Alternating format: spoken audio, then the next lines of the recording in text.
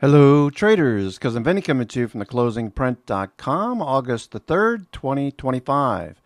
In this edition of your weekend video newsletter, we'll discuss the implications of the abrupt reversal we saw on Friday and its impact on the markets.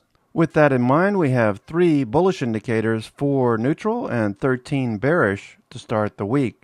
Stock Traders Almanac suggests down Friday, down Monday situation that we could see further weakness and a test of the 50-day this week.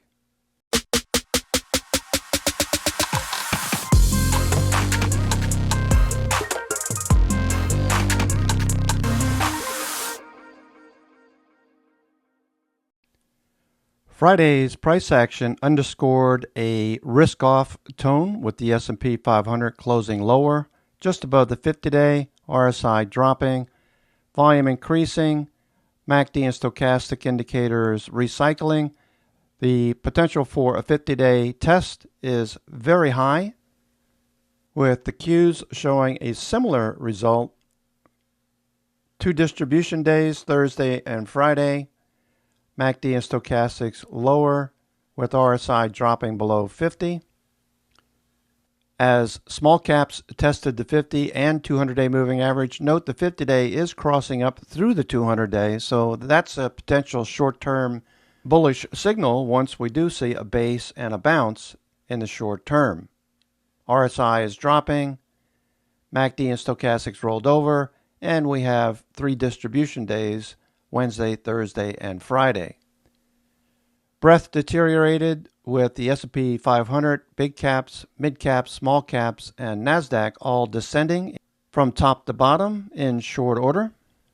With the New York Stock Exchange, new highs minus new lows showing the same breadth deterioration, dropping below the zero line.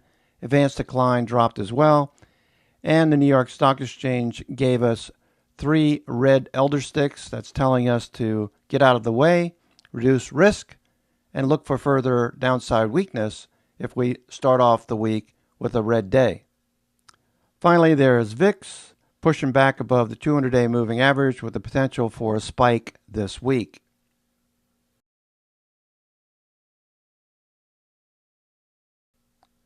Junk bonds were weak. High yield corporate is still holding at the highs. So these two are giving us mixed signals. I would go with junk. This is a risk-off signal, especially if it drops below the 200-day to start the week. In addition, gold was up, indicating a flight to safety in the forefront of traders' mindset going into the weekend, and risk-off signals in the equity markets. Copper also had a bad week, dropping 23.65% into Friday's close. That said, the U.S. dollar is near the lows. That's good for U.S. companies that sell products overseas. In addition to Brent crude and gasoline products moving lower, which is good for the consumer going into the end of summer driving season. Overall, bonds, currencies, and commodities are telling us to be risk off and be cautious to start the week, and to look for further weakness going into the second week of August.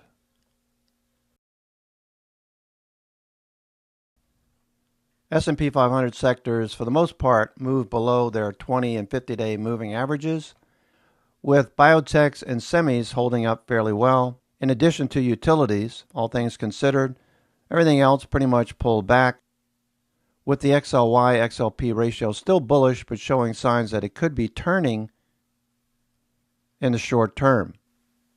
At the same time, small cap sectors moving below their 10-period EMA on the weekly time frame. This is consumer staples, consumer discretionary, all of these pulling back, with the only exception small cap industrials. Everything else is pulling back. Industrials stayed above the 10 EMA weekly, but everything else looks very weak. Overall, sectors are telling us to be cautious, looking for a test of the 50-day in the short term.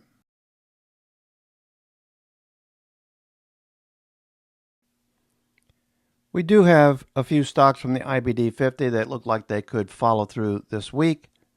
Some of them with earnings like Reddit, Also, the stocks in cyan, those are from the Bollinger Band squeeze. These could follow through as well, along with some stocks that had high scooter scores, stock charts technical rank, in white on the second line. IBD 50, Alnylam Pharmaceuticals breaking out on above average volume. Looking for a follow through this week. With many of these IBD 50 stocks extended away from its 20-day moving average, potential for a pullback in the short term.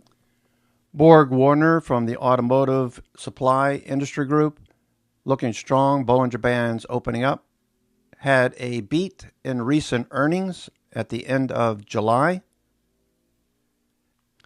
If we see further weakness, the dogs of the Dow, short DOG, looks like this could follow through and push through the 200-day.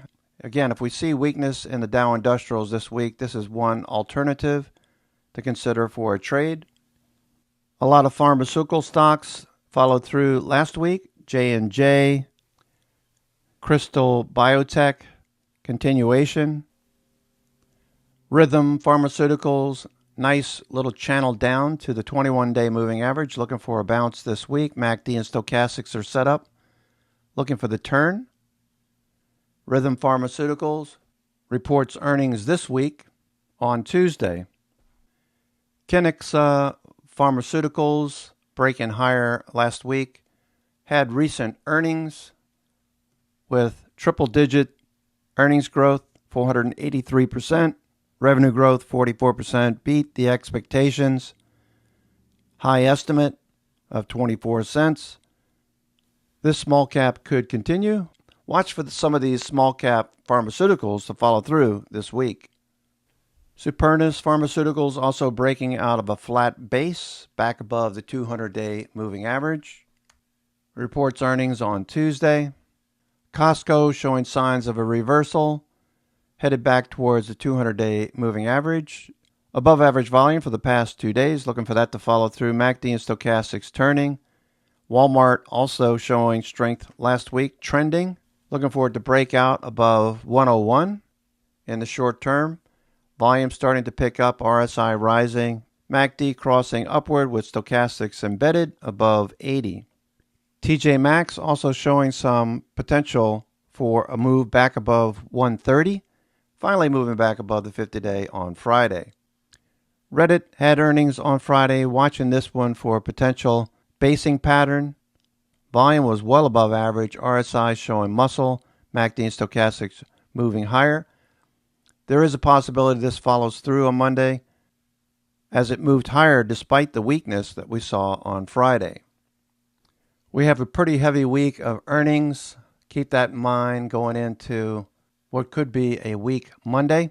So my 2 cents is that we should stay a bit more cautious and see how the markets start on Monday. Okay, traders, that's going to do it for me. This is Cousin Vinny coming to you from theclosingprint.com with your weekend video newsletter for Sunday, the 3rd of August. I'll send out a watch list later tonight. Stocks that look like they could follow through around 12 midnight on the East Coast, around 9 o'clock on the West Coast. So be sure to check your inbox for that. Otherwise, have a good one. Take care. We'll see you in the morning. Ciao.